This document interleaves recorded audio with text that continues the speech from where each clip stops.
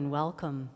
Welcome to this online spiritual gathering where we come together as spiritual seekers, scattered but united, in our quest to live more compassionately, to build hope in ourselves and with one another, and to enliven our capacity for courage in this Christmas season. In this time that we share together as we sing, as we pray, as we listen to wisdom ancient and new, as we seek what we need to live as more inspired and creative and loving beings, may we take our place in this large and small moment in life's story. We're really grateful you're with us today, in whatever time zone, in whatever part of the world. It matters that we're together. It matters that we are here with one another. We are not merely virtual community. Rather, we are alone, together, in this pandemic time. In the words of Thomas Merton, we are a community of solitudes, and we are a community that is real.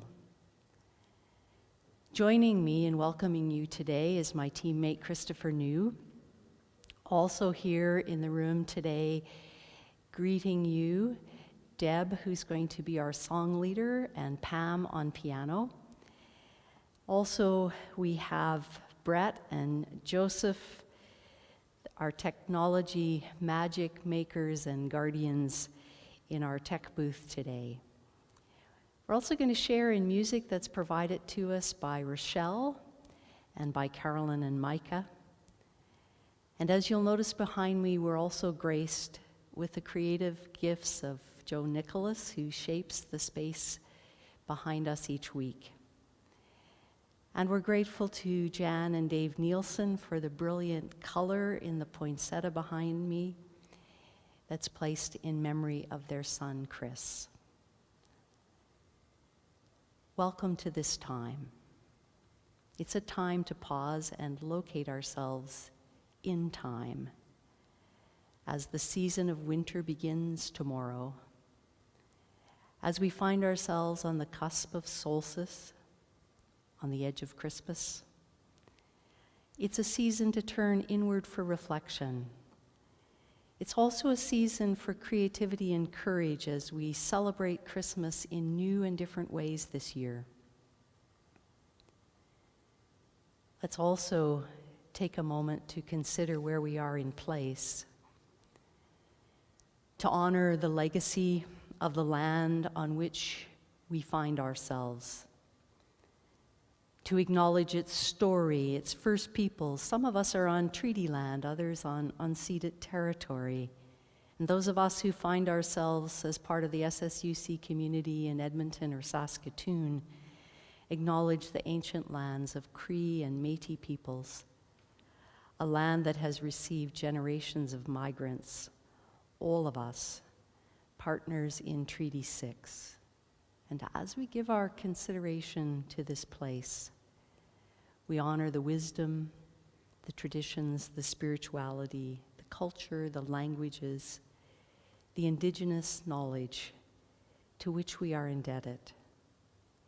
With good heart and deep intention, let's take our time, this time, with one another, in both time and space.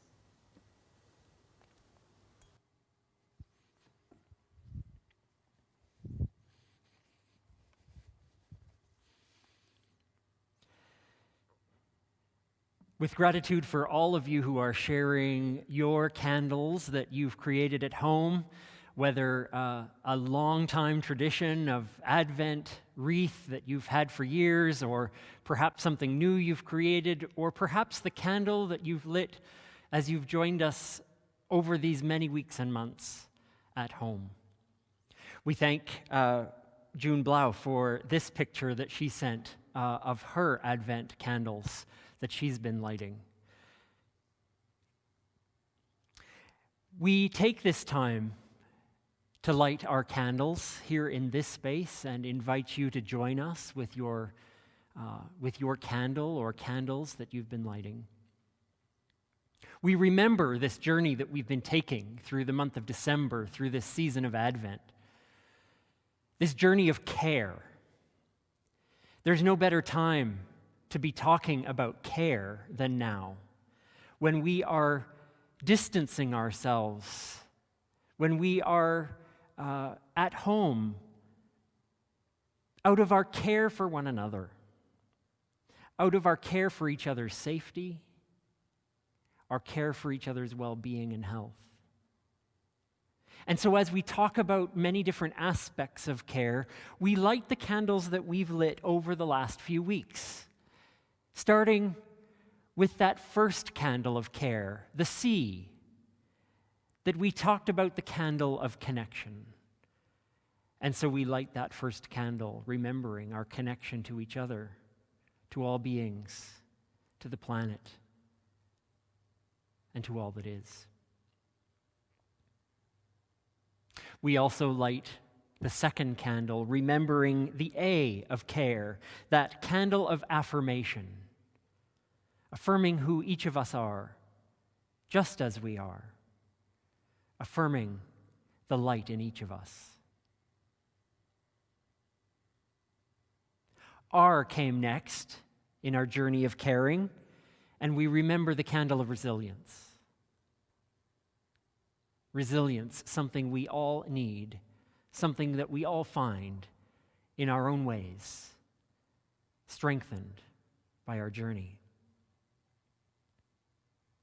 And today, on this fourth Sunday in Advent, we light the candle for the letter E of care.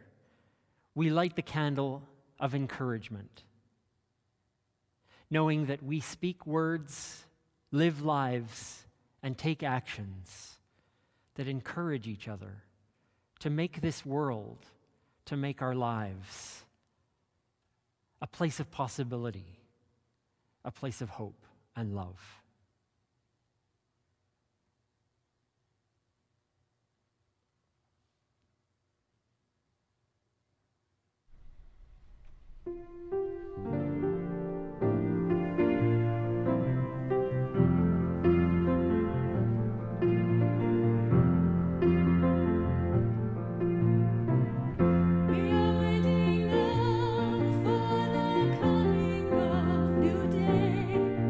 We are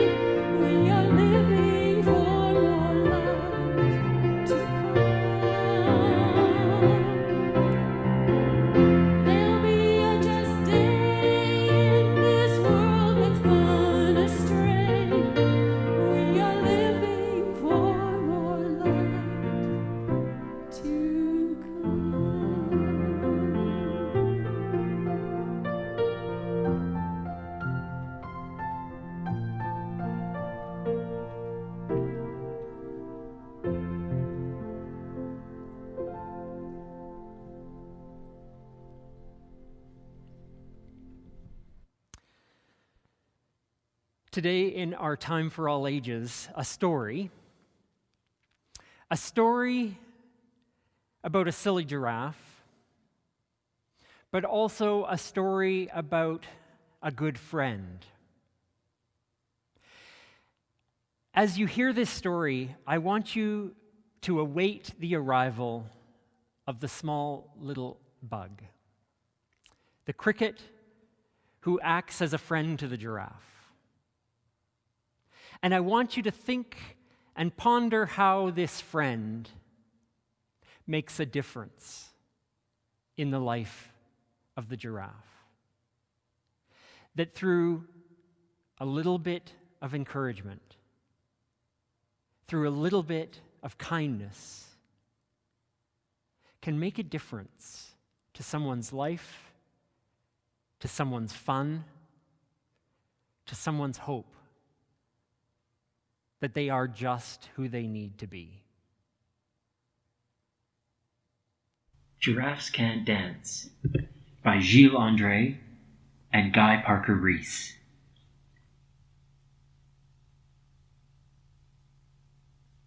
Gerald was a tall giraffe, whose neck was long and slim, but his knees were awfully crooked, and his legs were rather thin.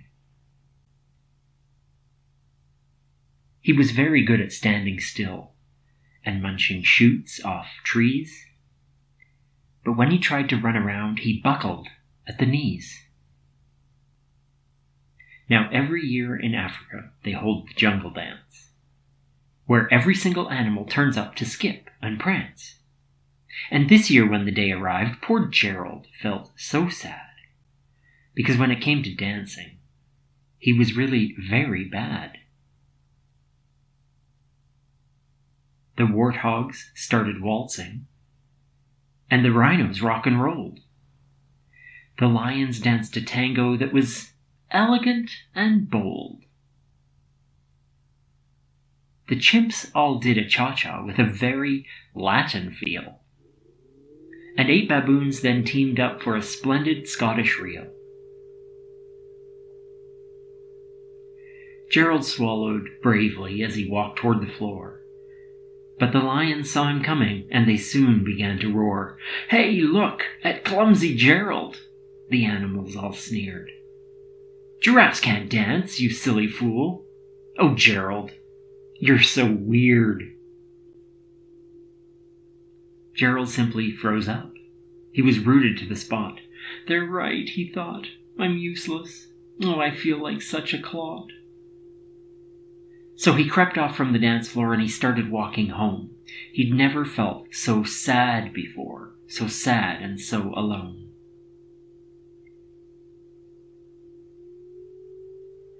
Then he found a little clearing and he looked up at the sky.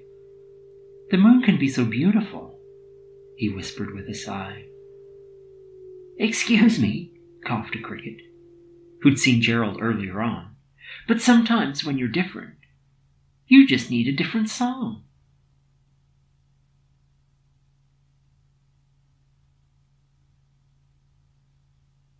Listen to the swaying grass, and listen to the trees. To me, the sweetest music is those branches in the breeze. So imagine that the lovely moon is playing just for you. Everything makes music if you really want it to. With that, the cricket smiled and picked up his violin. Then Gerald felt his body do the most amazing thing. His hooves had started shuffling, making circles on the ground. His neck was gently swaying, and his tail was swishing round. He threw his arms out sideways, and he swung them everywhere. Then he did a backward somersault and leapt up in the air. Gerald felt so wonderful. His mouth was open wide. "I'm dancing! Yes, I'm dancing! I am dancing!" Gerald cried. Then one by one each animal who'd been there at the dance arrived while Gerald boogied on and watched him, quite entranced. They shouted, "It's a miracle! We must be in a dream! Gerald's the best dancer that we've ever seen. How did you learn to dance like that? Please, Gerald, tell us how. But Gerald simply twirled around and finished with a bow. Then he raised his head and looked up at the moon and stars above. We all can dance, he said, when we find music that we love.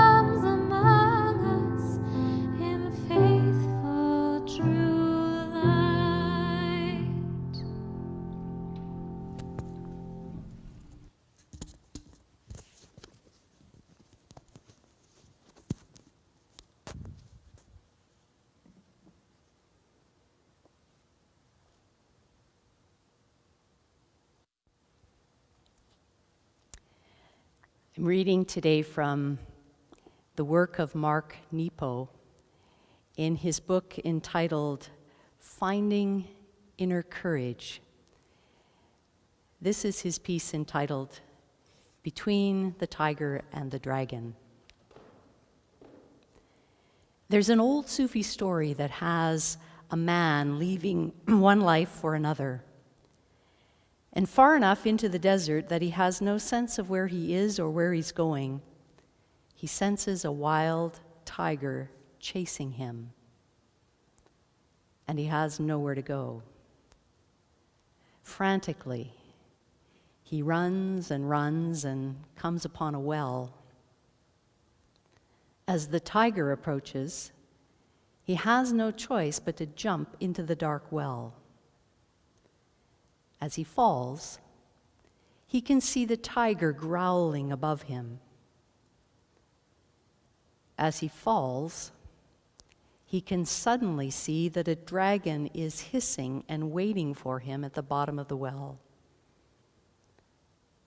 It's just then that he sees a branch growing out of a stone in the well. He grabs it, and amazingly it holds him.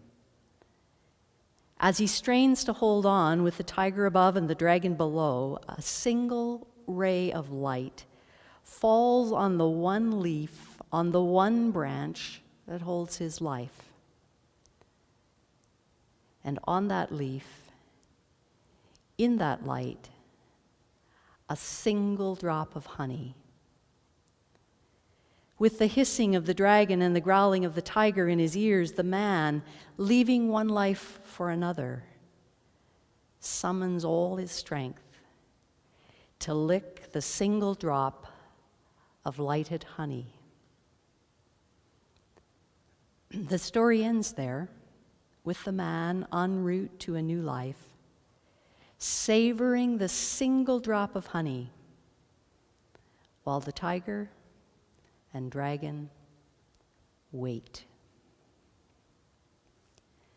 The power of this ancient story is that it affirms that spirit and crises work with each other in the world, and that the divine source is at the heart of every moment, even in the midst of danger. Mysteriously, the way that pressure makes the diamond hidden in a piece of coal visible, the press of the tiger and the dragon make the essence of each moment visible. It makes the essence of who we are visible. Again and again, we are shown, though it is hard to accept, that life is a jewel waiting in each moment, broken open. Whatever the tiger, whatever the dragon, the drop of lighted honey, once seen and tasted, can bless us. And licking that drop of lighted honey is what life is all about. It may not save us from suffering or even from death, but it will let the spirit become the jewel that it is, and it will let us experience radiance. In the words of this contemporary poet and writer, may we find a measure of wisdom that helps our living even this day.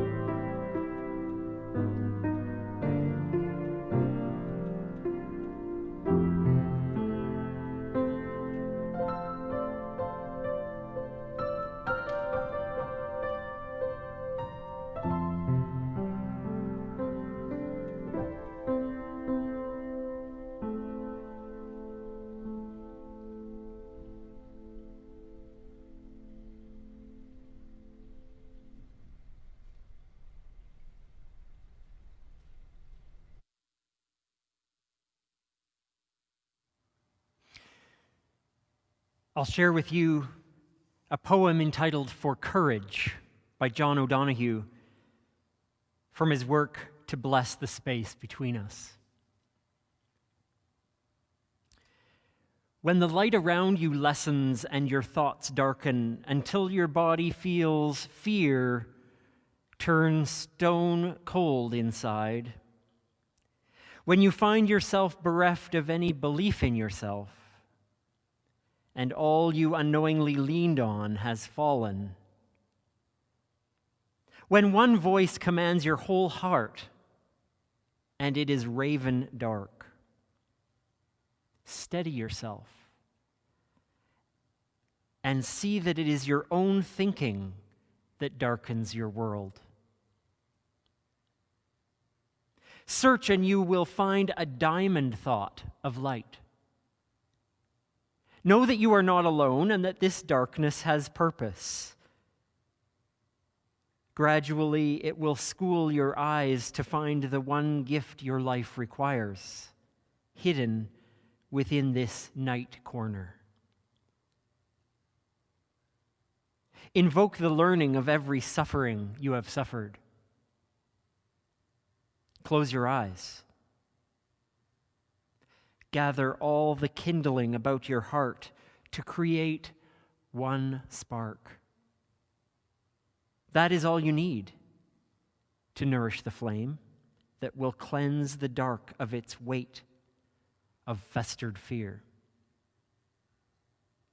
A new confidence will come alive to urge you toward higher ground, where your imagination will learn to engage difficulty as its most rewarding threshold. In the words of this poet, may we find wisdom for our living.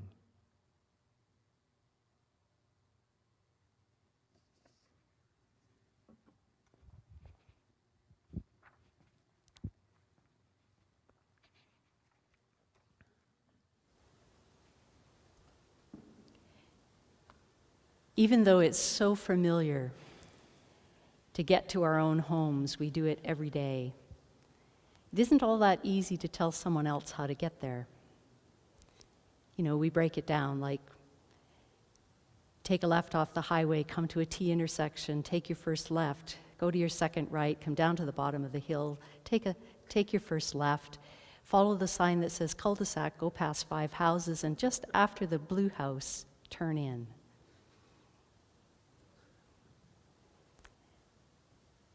When we give our address these days, I wonder if we all shouldn't just say, we live right between the tiger and the dragon.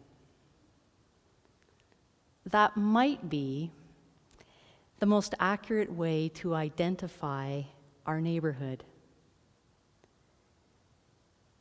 We're in the well of waiting,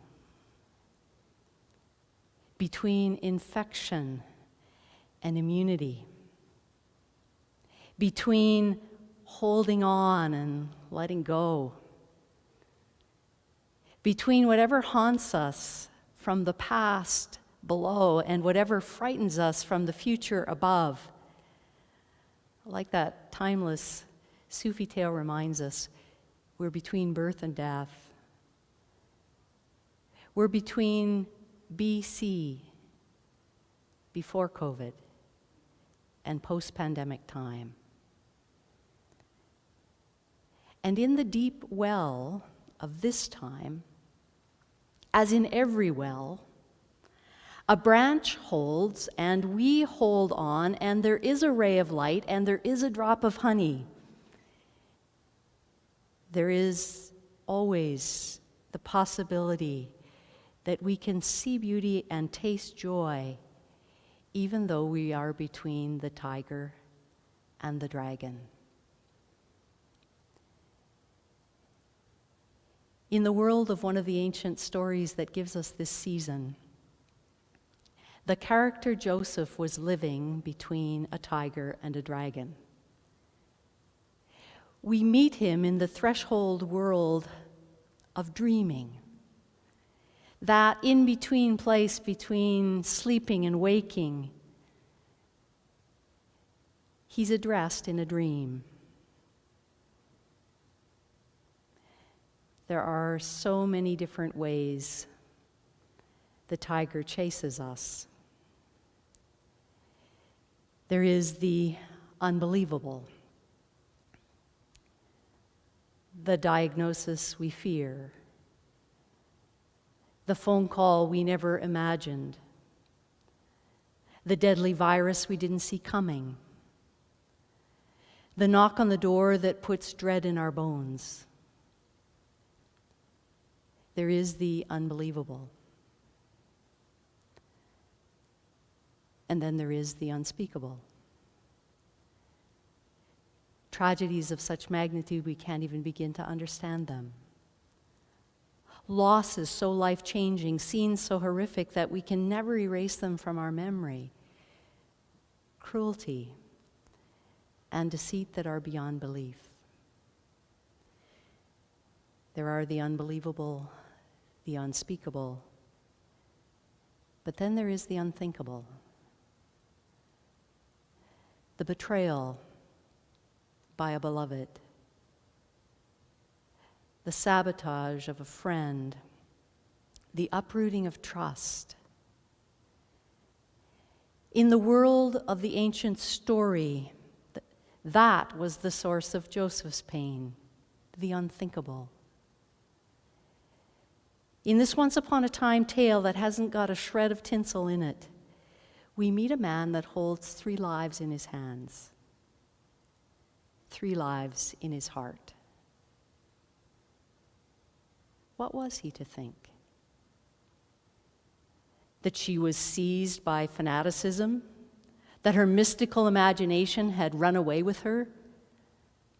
Was it every woman's dream of the ancient world to birth a Messiah, a hero, the one who would save his people from the enemy of the day? Would it be easier for him to believe that she was in the grip of madness, or that she had betrayed his trust by someone he would to have had to have known? The alternatives were equally unthinkable. He could take the high road and break the contract for their marriage quietly. But in the patriarchal world that shapes this story, if another didn't step up to meet his responsibilities, then what? He would know only too well what would become of this woman and her child. The streets were full of children begging and stealing to stay alive.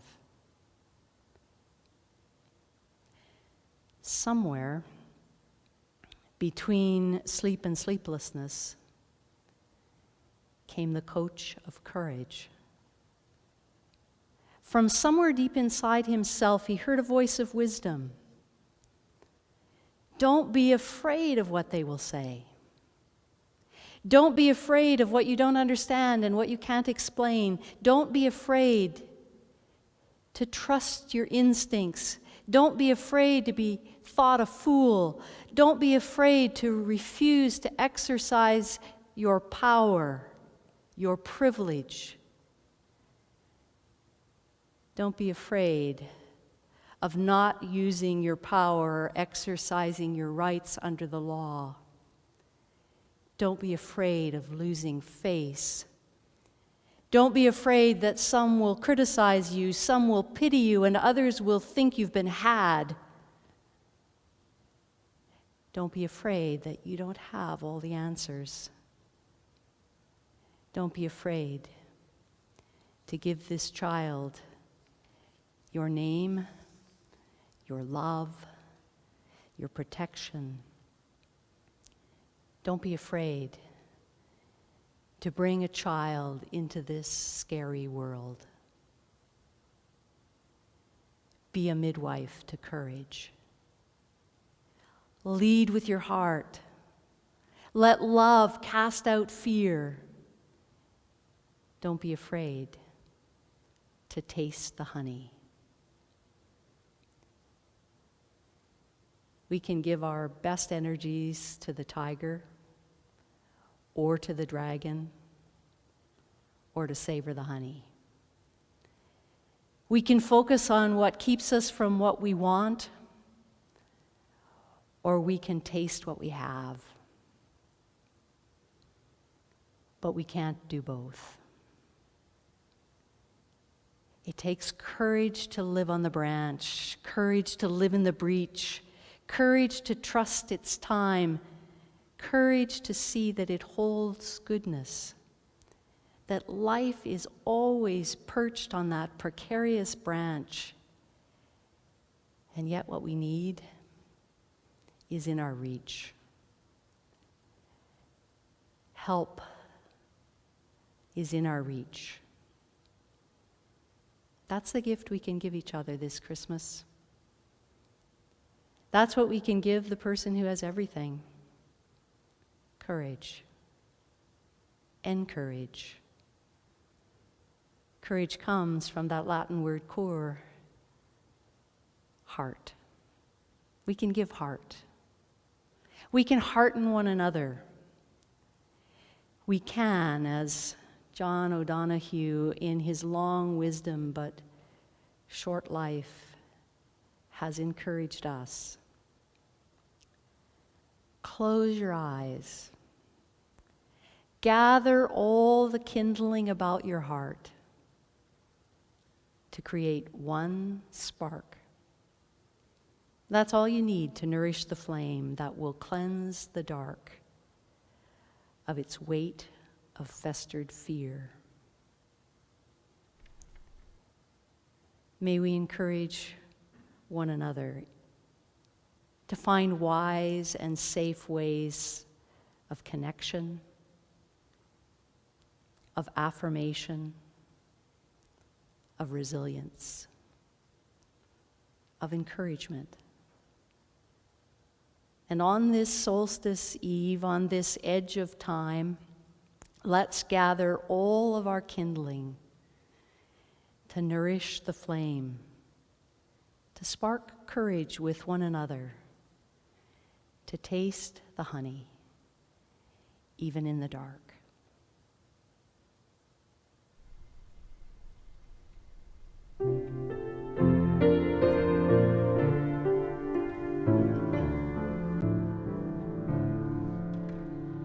Now is the season of the year in which we celebrate the birth of one who taught that love has strength beyond all hate, who through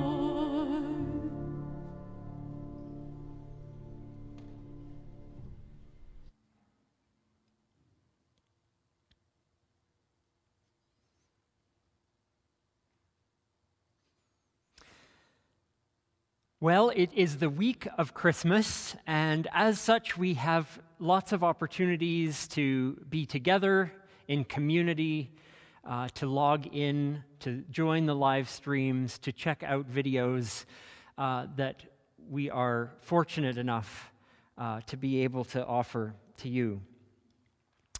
But before we get to Christmas, let's finish out the day. We have an opportunity to gather for our coffee chat today at 11:15.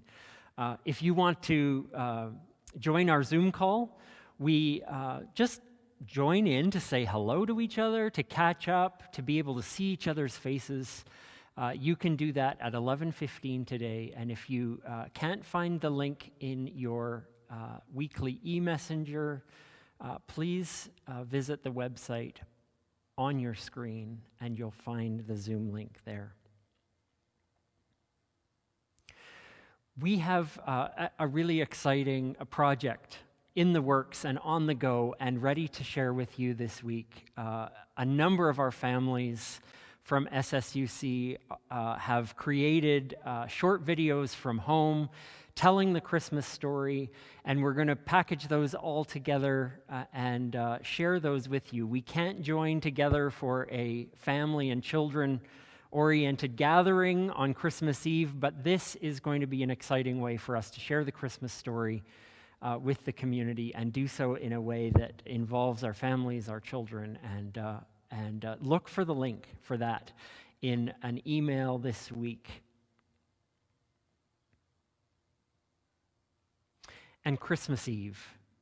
Join us live this Thursday at 7 o'clock through all the usual ways that you would join us live, whether that be through Facebook or through our website. Join us live. And if 7 o'clock doesn't work for you, that video will be available on our website anytime after that. And join us later in that evening, join us the next day, or whenever you can celebrate Christmas with us. A few of the gatherings that we had this past week are available on our website. We honored Christmas with our Blue Christmas gathering this week, and that is available on our website, as is the live stream of the Christmas Carol that we shared last night. Please visit our website to see that radio play, to see that all the work that went into that amazing performance. Visit our website and watch it or watch it again.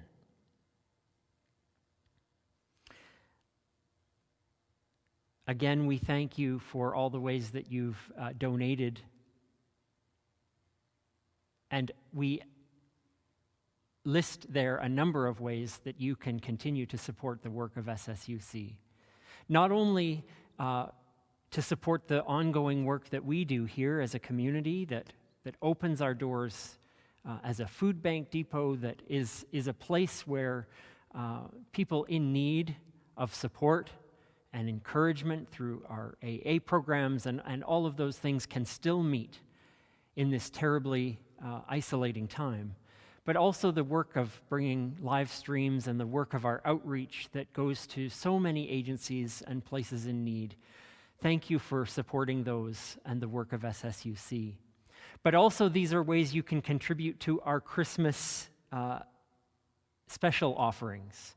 The work of No Room in the Inn for Christmas Eve, or as a thank you to the live stream for a Christmas Carol. These are also ways you can donate to No Room in the Inn. An announcement that doesn't have a slide, but I want to also share with you that being solstice, the winter solstice tomorrow, you will also see a link in your email for a short meditative time that you might join us tomorrow to honor the longest night. So look tomorrow for a link in your messenger, in your email box, that will let you share in that experience with us.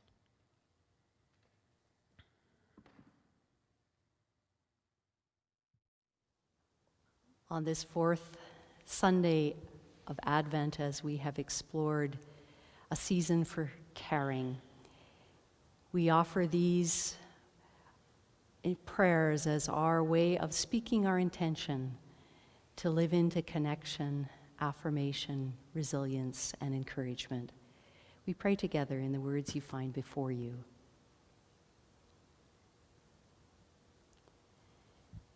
We are brave and afraid, anxious and trusting, resisting and accepting. In living these challenging days, we seek to open to possibilities, awaken to beauty, find serenity, even if only in moments. We are alone but together, a community of solitudes in joy and in sorrow. May we discover within us the courage to live with full and open hearts, acting from courage rather than fear. We pray as those born of an ancient love and great light. Amen. As a spiritual community, we share our grief with one another, and we share our joys with one another. We share life together with one another. And we have occasions like today when we share the sadness of honoring a life that has gone on before us. Today we honor and grieve the life of Barb Wright. Barb, who was a bright, creative, caring spirit, a long-time active member of SSUC, whom we will always remember for great hospitality and thoughtful care. She contributed to the life of this community in so many ways, with congregational care, the hosting of Blue Christmas gatherings, the cooking and providing food to so many of us in times of difficulty and need. So active with the community of Tuesday Connection, planning the women's retreats of Great Escape and Women's Days that we've held here, involved with book club and the adult education team hosting our film nights. Today we grieve Barb's death in this Christmas season and in this season when she would have celebrated the anniversary of her birth on Boxing Day.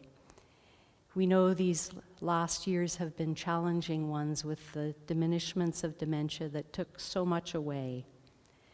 Death came on December 15th as a midwife, a friend, to release her from the diminishments, to set her spirit free from a broken body. We have gathered as the community of SSUC with Barb and her family on many occasions, including celebrating her mother's life, a long life of 99 years, and celebrating the short life of her son. One day, after COVID makes it possible for us to gather with one another, we will come together to share stories and memories to honor her life. But today, we honor the light of her legacy. We honor the light that she leaves us. And we offer the affirmation that we speak at the end of every celebration of life or memorial service we host here. We affirm that we are safe in the undying light of love. And so we sing that affirmation as we sang it together as a community. And I invite you to sing where you are this day as we affirm the bright light that remains with us in our spirits, whose life we continue to hold in our hearts.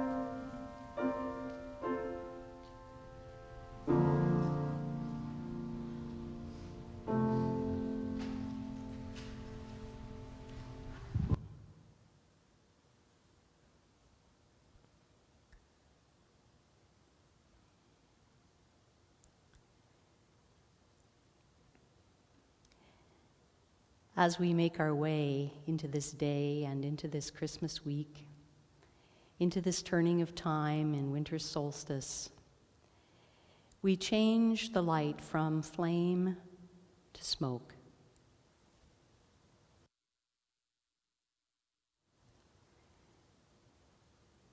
We disperse our light in ways that offer connection to one another, in ways that affirm the truth and goodness of life, the highest and best of our humanity, what is possible for us,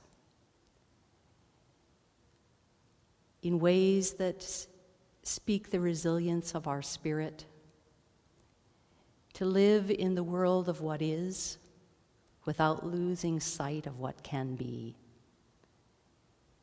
and to take and find ways to encourage one another, to taste the honey that is always within reach, no matter what life circumstances.